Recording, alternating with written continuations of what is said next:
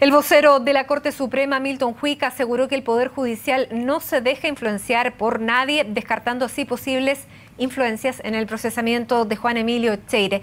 Queremos conversar sobre este tema que ha arremetido a diversos planos. Para eso vamos a conversar, y está aquí en el estudio el abogado y constitucionalista Jorge Correa Sutil.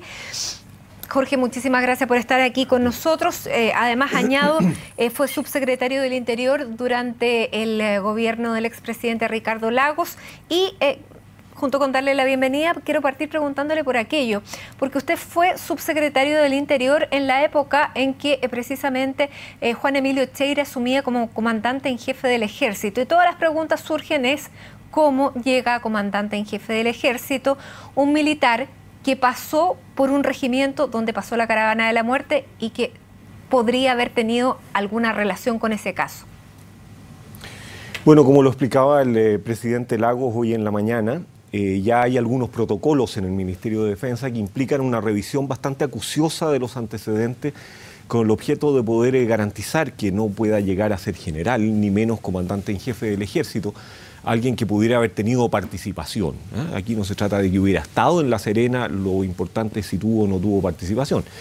Y esos sedazos se aplicaron y se fue más allá, porque yo puedo dar testimonio y me consta que no solo se revisaron todos los antecedentes documentales que podían haber, las investigaciones abiertas, sino que además, y estos casos se llevan, no lo olvidemos, bajo secreto de sumario.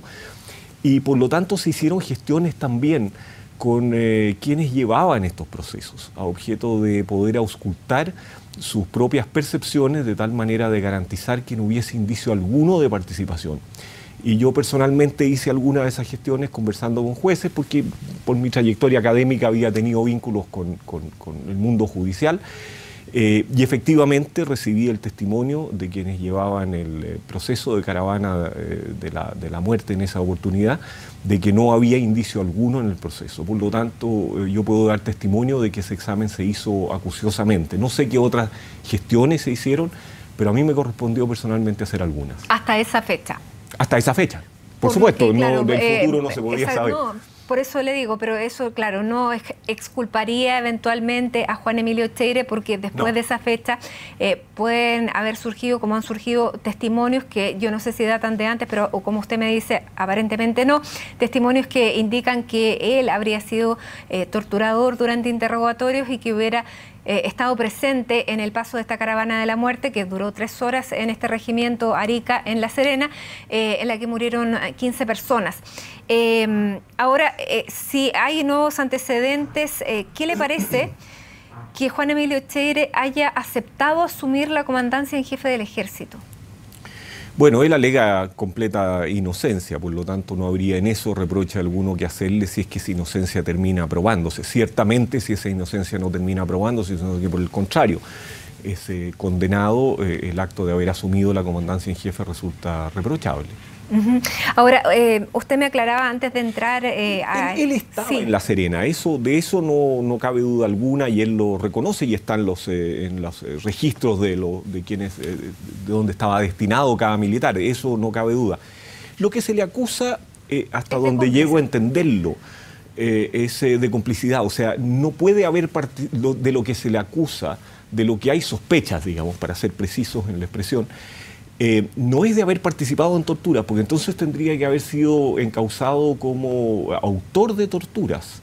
Él está como cómplice. Los cómplices son aquellos que no toman parte directa en el delito, que no hacen nada por evitarlo en ese minuto, pero que cooperan de alguna otra manera antes o después con la ejecución del delito. Eso es un cómplice.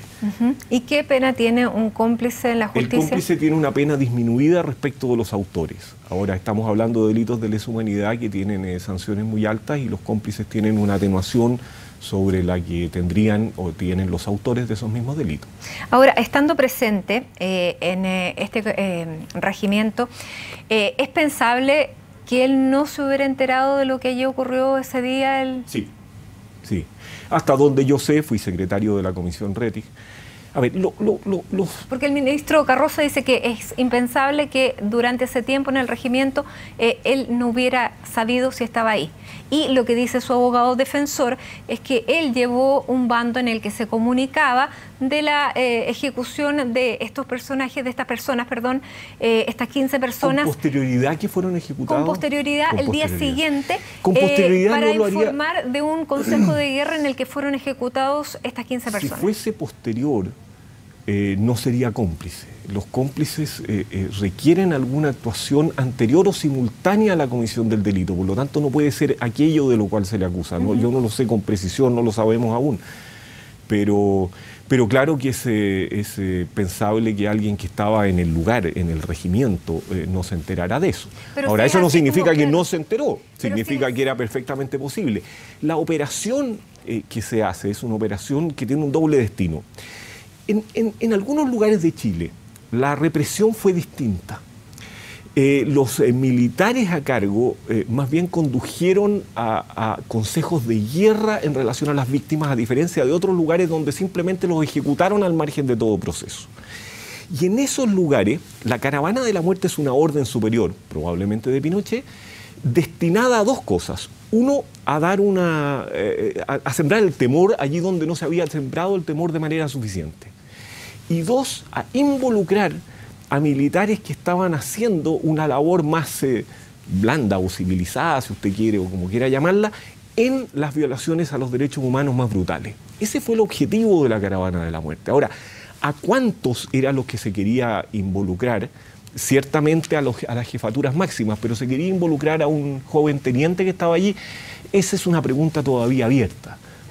Ahora, claro, usted habla de un joven teniente, él tenía 26 años, es una persona ya mayor de edad. Yo no quiero ni inculparlo ni exculparlo, no tengo antecedentes para hacerlo, pero digamos. Cuando se así dice joven teniente es como disminuir la responsabilidad. No, es un hecho nomás, no quiero disminuir ninguna responsabilidad. Entendiendo el escenario que se estaba, en un escenario que se decía que era un escenario de guerra, él era un teniente, recibía órdenes, incluso como dice su abogado, llevó este bando.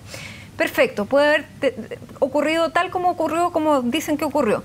Pero si él tuvo conocimiento de eso, yo hablo ya de la parte más política y moral, ¿cómo él puede asumir la comandancia en jefe del ejército? Le pregunto nuevamente, habiendo sido testigo, sabiendo eso... Los abogados, Matilde, somos extraordinariamente cuidadosos en eso. Entonces, la pregunta tiene un supuesto. Sí. Que él tuvo conocimiento y que no hizo algo por evitarlo o aún colaboró, digamos. Eso es lo que está en discusión. Ahora, si él llevó un bando después de que las personas estaban muertas, eso no lo involucra como cómplice, insisto. Entonces, ¿cuál fue exactamente su actuación o no actuación en estos hechos? Es una pregunta abierta que yo no me atrevo a usarla como supuesto para hacer un reproche o no hacerlo. Ahora, claro, las condiciones que usted señala ciertamente pueden ser condiciones que puedan atenuar una responsabilidad, pero no le eximen. O sea, la obediencia debida no es en los casos de delitos de lesa humanidad una eximente de responsabilidad, porque uno recibe órdenes respecto de conductas razonables. No puede excusarse en que recibió una orden de cometer un delito de lesa humanidad, definitivamente no. O después en democracia no puede asumir la comancia en jefe del ejército teniendo peso en la conciencia. Si tenía participación y tenía ese peso en la conciencia, no debió hacerlo. En eso parece que el juicio es relativamente claro. La pregunta es si tenía conocimiento, si tenía esa participación y si tenía ese peso en la conciencia. Y eso no lo sabemos, o por lo menos yo no podía juzgarlo. Ahora, abogado, ¿usted piensa que hay una persecución política en este caso? Es que tampoco lo sé, Matilde. Yo no quiero especular en estas cosas. De verdad no lo sé. Entiendo que Juan Emilio Echeire, producto de ese acto destacable, no cabe duda, que no lo exime de responsabilidad respecto de otros actos. Los hombres tenemos todos almas grises y hemos hecho buenos y malos actos. No sabemos si el primero efectivamente hay un ilícito, pero sabemos que el segundo fue muy valioso, nunca más es muy valioso. Pero eso naturalmente no lo exculpa y lo dejará en la historia. Bueno, depende de cómo quede este proceso. Ahora, este general del nunca más también generó muchísimo rechazo dentro de sus propias filas. Sin duda, y por eso decía yo que tiene muchos enemigos, pero tampoco me atrevo a especular de que de los muchos enemigos significa necesariamente que alguno de esos enemigos lo estén metiendo en este proceso sobre la base de historia falsa. Eso de nuevo es una especulación que yo no podría hacer. Ahora, ¿qué le parece que sea miembro del CERVEL y que el propio CERVEL hoy, a través de un comunicado, le pida que reconsidere su decisión de renunciar debido a su valioso aporte en la institución? ¿Usted cree que una persona que tiene este nivel de cuestionamiento puede seguir en el CERVEL hasta que por lo menos no se aclare su situación? Y eso es un tiempo muchísimo más largo a lo que por lo menos está en las próximas elecciones. Yo esperaría que su renuncia se cursara porque alguien que está procesado, o sea, está bajo una sospecha de haber incurrido en un ilícito de esa magnitud, no puede estar en un cargo público, y yo creo que en eso ha hecho bien el general Cheire en presentar su renuncia. Ya podrá rehabilitarse su nombre cuando se declare, pero él, nadie es indispensable en un organismo público, y ciertamente el organismo público queda cuestionado si él permanece. Además tenemos un problema, él está detenido, hay que seguir trabajando en el CERVEL y no hay quórum. Entonces me parece que no queda otra alternativa que opere la renuncia. La última pregunta, y lo escuchábamos ahí, lo veíamos en titulares, vi su cara de sorpresa, no sé si fue una apreciación mía o no, pero el expresidente Lagos hoy en una entrevista radial dijo que estaba pensando una futura candidatura. ¿Qué le parece a usted? Yo me alegro mucho que lo esté pensando.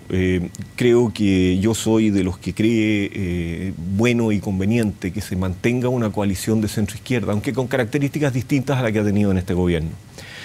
Y me parece difícil que las coaliciones se armen entre primera y segunda vuelta. Y hay muy pocos candidatos que pueden hacer que la coalición exista antes de la primera vuelta. Y creo que si hay 2 o 3 nombres, no son más, y creo que hay uno que claramente puede mantener unida esa coalición antes de la primera vuelta, y ese es Ricardo Lagos. ¿Ese es su nombre? No, no necesariamente es mi nombre. Yo quisiera que esa coalición se mantuviera, y dudo mucho que pueda mantenerse si la negociación para hacer un programa de gobierno se da en ese lapso tan corto y bajo esa presión tan fuerte como son la primera y la segunda vuelta. Queda tiempo todavía, podrá a lo mejor alguien aparecer en las encuestas, podrá subir, pero lo que yo de verdad quisiera es que una coalición de centro-izquierda tenga un candidato antes de la primera vuelta. Muy bien. Y en eso Lagos es una figura expectante. Abogado y tiene Jorge una responsabilidad. Correa. Muy bien. Abogado Jorge Correa Sutil, muchísimas gracias por acompañarnos esta tarde aquí en CNN Chile analizando varios casos. Que estén muy bien y nuevamente gracias. Muchas gracias.